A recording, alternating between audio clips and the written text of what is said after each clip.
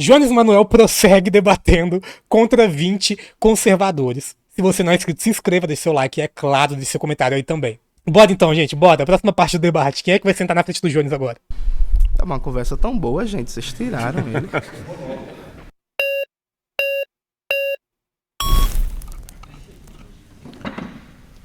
Bom dia. Bom Eu dia. também sou professor, meu nome é Robson. Prazer, Robson. E apesar de ter uma prepotência aí da questão comunista pro lado do professor, eu sou uma exceção a essa regra. E assim, você traz dados, você apresenta dados históricos, você apresenta relações com outros países, só que eu, enquanto pessoa... É grave, né, gente? É grave trazer fatos históricos, é grave trazer dados baseados na realidade, é grave fazer comparações com outros países, né? Realmente é gravíssimo. É gravíssimo se basear na realidade pra embasar os seus argumentos, viu? É foda. Mas vamos lá. Vergonha da profissão? Vamos ver o que ele vai dizer agora. Eu acredito que antes de se discutir a relação de trabalho, ou seja, a questão de se diminui, se aumenta, você precisa discutir no Brasil uma coisa que não é falado, principalmente por quem defende a diminuição da escala de trabalho, que é a questão salarial no Brasil. Perfeito. Como é que você pode... Gente, vocês conseguem verificar algum tipo de dicotomia que realmente proceda entre se discutir diminuição da jornada de trabalho e discutir salário? Por acaso é possível discutir diminuição da jornada de trabalho e aumento de salário ao mesmo tempo? Eu não sabia que não podia discutir essas duas coisas ao mesmo tempo. Não sabia. Mas vamos lá. querer que nós falamos sobre, vamos diminuir para uma escala, por exemplo, 4x3, sei lá, 3x4, 1x1. Kim Kataguiri mandou R$2. Lá vem. Não serei mais o único lambuzado. Peguei o easter egg. Pois é, o Jones Manuel vai lambuzar absolutamente todo mundo que está presente aqui. Vamos lá. Importa. Sendo que no país você ganha um salário de quê? R$1.518? É esse o salário mínimo hoje? Me fala uma coisa, 1.520. como é que um pai de família que tem que sustentar a sua casa, pagar aluguel, de repente tem ou não um veículo, mas ele tem que se locomover para o trabalho, como é que ele faz para manter isso com esse salário? Então, antes de você pensar na diminuição do trabalho, eu acredito que melhoraria sim as Não, condições. lembrando que a proposta do fim da escala 6x1, que é a diminuição da jornada de trabalho com o mesmo salário, tá? Essa é a nossa proposta. Agora ele está discutindo aqui, não tem que discutir salário, não pode se discutir fim da escala 6x1. No momento, tô concordando com tudo que ele está dizendo. Realmente, salário é baixo, poder de compra é baixo, a jornada de trabalho também é muito alta, mas não existe essa falsa dicotomia de ou você discute fim da escala 6x1 ou você discute salário. De vida. Perfeito. Só que como que você melhora se o cara continua ganhando o mesmo, até menos? Hoje, no Brasil, creia no absurdo. Eu sou professor e converso com pessoas que trabalham na área de limpeza dentro da escola. Eu não acho o meu trabalho mais digno que o delas. Sim. E elas ganham R$800 por mês, porque eles ganham 1.500, mas aí você tem aquele monte de desconto, cai para esse Salário valor. líquido, né? Exatamente. Então, antes, eu acredito nisso, antes de você falar sobre a questão de diminuir a escala, o trabalho, a jornada de trabalho, você precisa debater salário. E eu digo isso porque você não conhece nenhum médico que ganha seus 20, 30 mil reais por mês discutindo a questão de trabalho dele. Ele atende à noite, atende de dia, se ele tiver com a esposa em casa e chamarem para fazer uma cirurgia, ele vai. Você pega pessoas da área de segurança também. Por exemplo, eu tenho experiências em vários setores. Eu trabalhei na área de segurança lá na década de 90, que era a escala 12x36, que eu trabalho um dia e folga um dia. E tinham alguns amigos meus que, porque tinham essa folga, trabalhavam em outra empresa, duas. Então ele fazia escala 1 por 1, porque ele precisava do quê? De renda. A questão aqui não é a questão se diminui ou se aumenta, é a questão de salário. Vocês têm uma propaganda, 3x4, 4x3, mais vida, etc e tal, só que você não debate salário. Não adianta você trabalhar 3 dias ou 4 dias na semana e ganhar R$1.500, não adianta. Ou nós discutimos a questão salarial, dignidade para o ser humano, porque o que realmente faz a dignidade é o salário. Você tem que ter condição de ter... Gente, eu não tô entendendo. A pauta da jornada de trabalho e a pauta do salário, elas não são excludentes. Pois é, nossa, que gênio, ninguém nunca pensou nisso, né? Um aluguel decente. E olha, com R$1.500 você não consegue. Perfeito. Você tem que ter a questão de saúde, nós não temos. Não adianta defender o SUS se você faz um exame, e aí para você faz uma consulta, e o exame que pede, um exame de sangue, demora 30 dias para sair. Então você tem que debater isso também. Exames de sangue simples realizados pelo SUS como o hemograma ou glicose, geralmente ficam prontos entre 2 e 7 dias. Pois é, achei esquisito também. Então não é 30 dias. E raramente ultrapassam esse prazo. No entanto, exames mais complexos ou especializados podem enfrentar atrasos. Aí realmente pode passar de 30 dias, tá?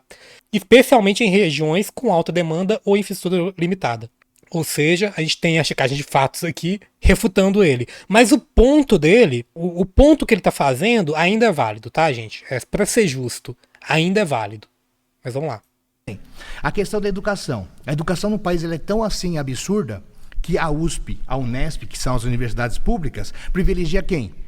Os empresários. O cara estuda em escola particular a vida inteira e na hora do vestibular ele tem prerrogativa sobre quem está na escola pública. Eu sou professor de escola pública e sou professor de escola particular. E eu, se me perguntar o que você acha da USP ou da Unesp, eu acho primeiro o pessoal da escola pública, depois o da particular. Então, se você conseguir discutir essas questões que são muito mais importantes para o povo do que a diminuição da jornada de trabalho e a dignidade está no salário. Não, exatamente. O argumento dele é colocar todos os problemas do Brasil na frente do fim da escala.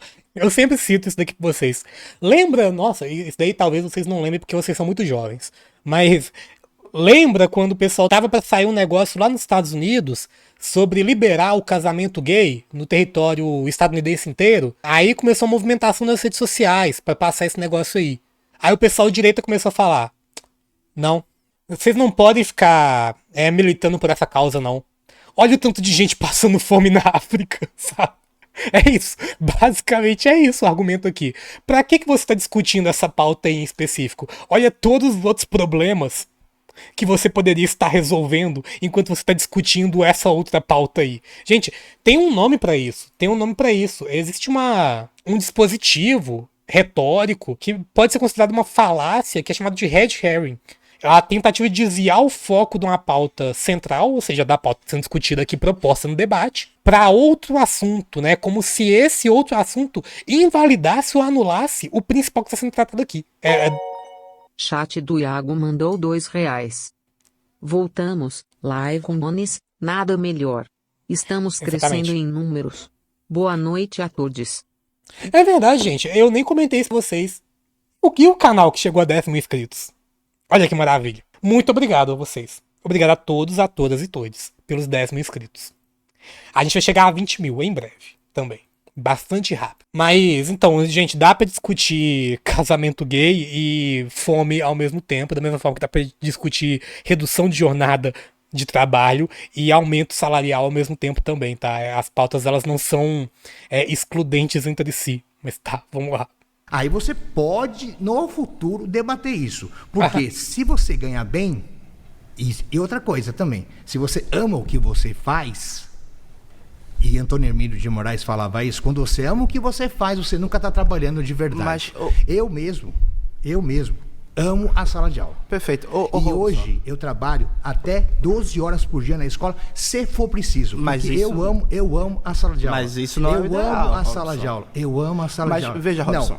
Rapidão. Não, me desculpe. Se você puder deixar eu terminar o raciocínio, eu deixo você falar. Termine. Entendeu?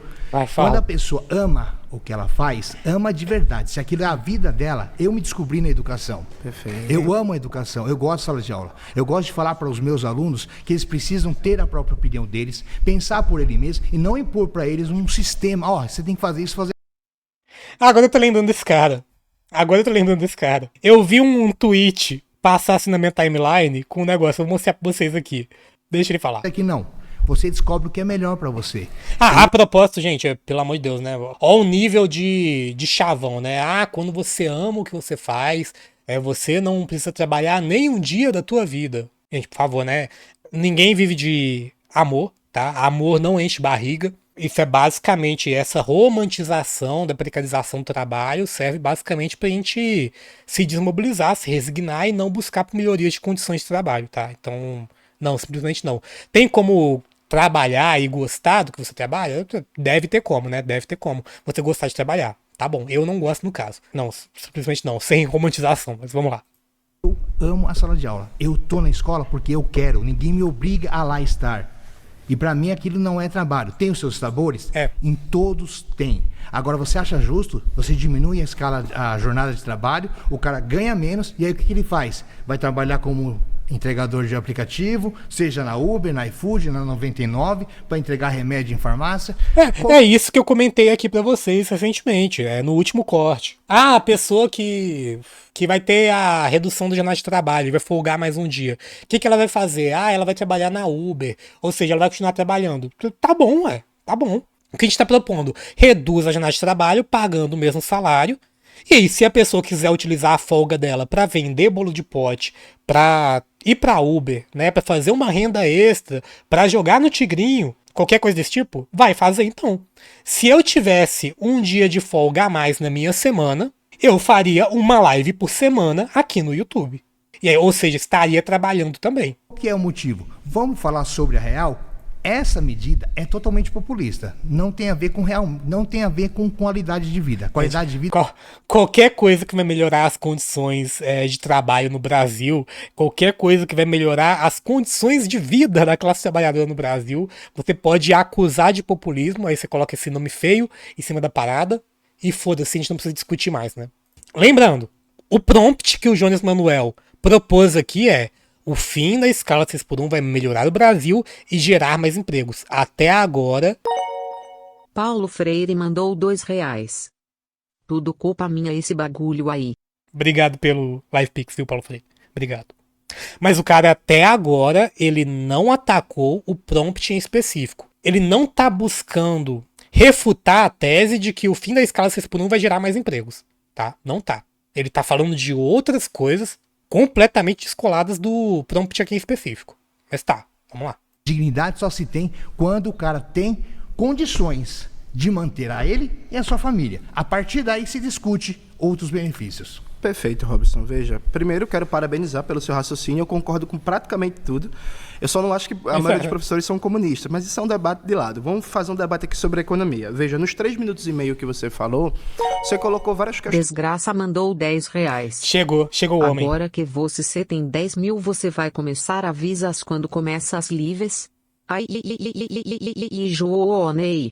Será, gente? Será que agora que eu tenho 10 mil inscritos, eu vou começar a avisar que as lives estão acontecendo? Hoje eu avisei. E hoje a live começou mais cedo. Coincidência? Acho que não. Mas vocês que sabem aí, vocês decidem se isso acontecer. Que são questões fundamentais para a maioria do nosso povo. Só que, veja, não existe uma contradição entre debater a redução da jornada de trabalho e debater salário. Não me diga, né? Não me diga que não há contradição. Vamos aqui fazer uma reflexão. Veja, no Brasil, hoje o poder de compra do salário mínimo é praticamente o mesmo que era em 1964. Né? A gente tem, na prática, um congelamento histórico do... Apesar dos avanços, o salário mínimo atual permanece abaixo do seu auge histórico em termos de poder de compra. O Jones disse praticamente igual a isso, praticamente o mesmo, né? Na verdade, de acordo com a checagem de fatos, o salário mínimo atual permanece abaixo do seu auge histórico em termos de poder de compra. Loucura. Poder de compra do salário mínimo. A gente tem no Brasil hoje um crescimento do poder de compra do salário mínimo, uma atualização do salário mínimo que pega a reposição da inflação, só que está muito aquém do necessário. Inclusive, recentemente, o governo Lula aprovou uma legislação que limita o crescimento do salário mínimo a, no máximo, 2,5% acima da inflação, o que é um atentado contra o salário mínimo no Brasil, né? Então, sim, a gente tem um problema de salários baixos e tem um problema que vai além, Robson. Um dos problemas que a gente tem é que a economia brasileira, há mais de 30 anos, não cria em massa empregos bons, empregos qualificados, que pagam altos salários. O que é que eu estou chamando de altos salários? Empregos que paguem acima de 4 salários mínimos. Então, há um processo de redução da complexidade produtiva da economia. O que é que isso significa? Significa que a gente não está gerando empregos industriais e em serviços complexos. Você acha que a diminuição da escala de trabalho vai resolver isso? Mas eu vou chegar lá. Vamos lá. Foram 3 minutos para você, 3 minutos para mim. Desculpa. Então, veja, a partir do momento que uma economia ela não aumenta a sua complexidade produtiva, não gera empregos industriais, não gera empregos em serviços complexos, ela tende a gerar empregos simples, de baixa qualificação, de salários ruins, que é a maioria dos empregos formais no Brasil, no setor de serviços. E é claro, isso, o que acontece quando a gente diminui a complexidade do trabalho. A gente tem que o Brasil, ele exporta produtos primários, ou seja, commodities com baixo valor agregado, exporta tecnologia ao invés de desenvolvê-la e tem menor estímulo à formação técnica e científica da força de trabalho.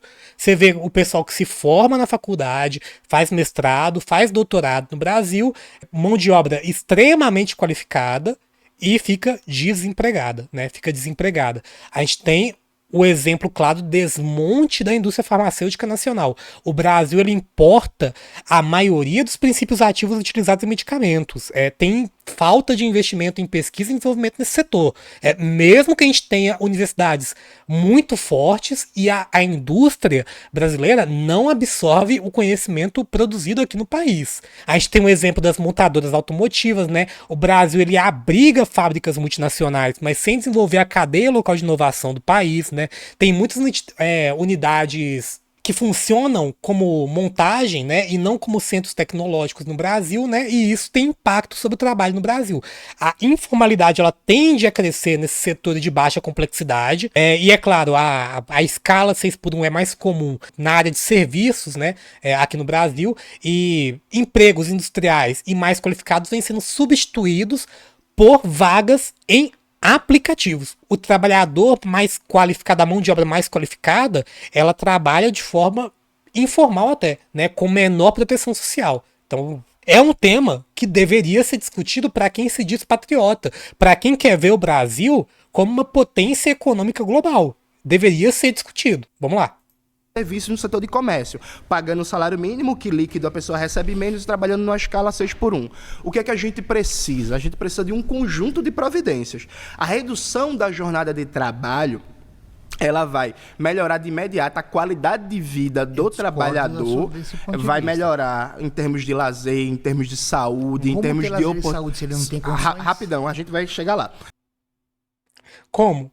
Gente, é muito claro na literatura que quanto maior a escala de trabalho, menor é a saúde dos trabalhadores proporcionalmente. Países em que a jornada de trabalho é menor, os trabalhadores eles sofrem menos com acidentes de trabalho e o trabalho ele é mais produtivo também. Uma vez que o trabalhador está mais descansado. Fora também que a gente tem todos os problemas relacionados a burnout, problemas psicológicos, né? Todos os problemas de saúde mental que são acarretados pela carga excessiva de trabalho. Em termos de lazer, em termos de saúde, porque, inclusive, são empregos fundamentalmente no comércio e nos serviços. Agora, junto à redução da jornada de trabalho, que é sem redução de salário, mantendo o salário... Você acha que isso é possível? Totalmente possível. Sabe por quê, Robson? 47% dos empregos formais gerados no Brasil são gerados por grandes empresas. Que é dada Não, mas só um momento. Tá, as empresas de grande porte abarcam 47,1% dos empregos no Brasil. Essa base de dados ainda não contém dados de anos mais recentes. 37% dos empregos gerados no Brasil são empregos gerados por grandes empresas que têm lucros bilionários. As 400 empresas de capital aberto no Brasil tiveram um crescimento de 30% na sua taxa de lucro ano passado. Mas, na verdade, você está só olhando o espectro do lado contrário. Não. Seja, Robson, e a tributação que é dada a essas empresas? Eu não estou defendendo o empresário, mas há uma tributação. Ai, meu Deus do céu, gente. Ai, meu Deus. A renda dos ricos no Brasil, ela advém majoritariamente de lucros e dividendos. E isso, para os mais ricos, é praticamente isento no nosso país. Quem vive de aplicações financeiras ou ações não paga imposto de renda por isso. O que acontece no Brasil é que a tributação, ela incorre mais fortemente sobre o consumo. Eu acho que é bastante básico isso, tá? É bastante básico isso. A Oxfam publicou em 2019 um relatório que demonstrou... João Vitor Alberti mandou R$10. A coisa que mais me assusta no Nunes é o quanto ele grava dados, eu invejo muito ele. Ah, não, o homem é uma máquina mesmo. O homem é uma máquina. Mas, falando sobre dados, e obrigado pelos R$10, inclusive, a Oxfam, o relatório da Oxfam, demonstrou que... no Brasil, os 10% mais pobres pagam mais de 30% da sua renda em tributos, enquanto que os 10% mais ricos pagam bastante menos que isso. Então, a tributação no Brasil é sobre consumo. O que acontece no nosso país é que a população mais pobre é a população mais tributada proporcionalmente. Mas vamos lá. Reputação Robson, séria em cima. Robson. Quando o cara contrata um empregado, ele Robson, paga 3 vezes mais. Robson, do que a ele paga maioria de das salário. grandes empresas no Brasil basicamente não pagam tributos E a questão porque da formação não desse elas povo têm, para chegar lá. só um momento, elas têm um negócio chamado refis. Então você que é professor, eu que sou professor, se a gente começar a dever, a gente entra no SPC e no Serasa e fica com o nome sujo. Sim. Grandes empresas têm um refis, renegociam suas dívidas, Gente, já tem uma certa... gente, é notório, o Brasil é um país que tributa pouco quem é rico. O Brasil tributa pesadamente o consumo. Isso penaliza quem é pobre e o pessoal das classes mais baixas. Patrimônio no Brasil também é pouco tributado. Imposto sobre herança no Brasil é em média de 4%. Agora, em outros países, em países da OCDE, por exemplo, tributação sobre herança chega a 40% em média. Não tem imposto sobre grandes fortunas em vigor no país até hoje. Apesar dele ser previsto na Constituição de 88. negativa que não deve nada e continuam pegando Mas crédito aí no você Estado. deve- aí a discussão, Veja, tem que ser feita com o Estado e não com o trabalhador em si. Grandes empresas no Brasil hoje têm como dívida ativa, né? Ou seja, devem à União, ao Estado brasileiro, mais de 3 trilhões de reais. Rico no Brasil Pausa. não paga imposto. Você foi votado. Não paga imposto. Mas, deixa eu achar um negócio aqui pra vocês. Um relato que a gente não tem como confirmar se é verídico ou não, tá? É dessa moça aqui, aparentemente. Mas diz ela: fiquei indignada ao ver meu professor Robson de filosofia debatendo e falando sobre amar da aula, e que fica 12 horas na escola se necessário. Sendo que todas as aulas em que estive com ele, o mesmo deixava claro o desgosto que tinha por ter de nos dar aula. KKKKKKKK. A moça deu aqui o exposit dela, tá? Deu aqui o exposit. Eu acredito na Ruiva? Talvez acreditemos na Ruiva. Ai, meu Deus do céu. Aí, o João também viu isso. Eu vi no Twitter, achei engraçadíssimo, engraçadíssimo. Mas, gente, eu vou encerrar esse corte por aqui. Se inscreva, deixe seu like e, é claro, deixe seu comentário aí também.